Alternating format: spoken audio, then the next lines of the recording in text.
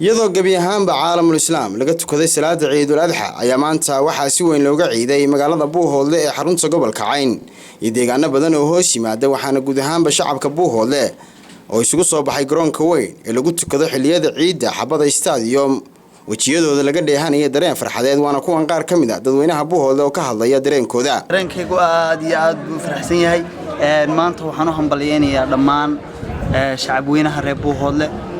waxaan leeyahay taqabbal Allahu minna wa minkum salih al-a'mal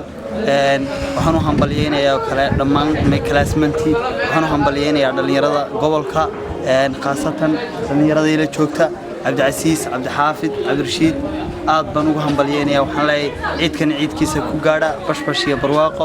aad iyo aad baan ugu hambalyeynaa maarxim anigu aadan axmed jaamac waxaan dhammaan ummadda muslimiinta halkan maanta ugu hambalyeynaa anoo ka faa'iideysanaya jaaniskan qaaliga ah maanta leenahay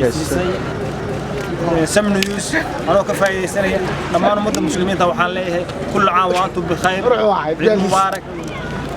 أنت أكدت dhinaca kale qaar ka mid ah ismada gobolka Cayn oo Bismillahir Rahmanir Rahiim Alhamdulillahi Rabbil Alamin Eid Mubarak Eid Mubarak Eid Mubarak kullu sadak Ilaahay waxaan ka baryaynaa inuu ciid khayr qabto inoo ka dhigo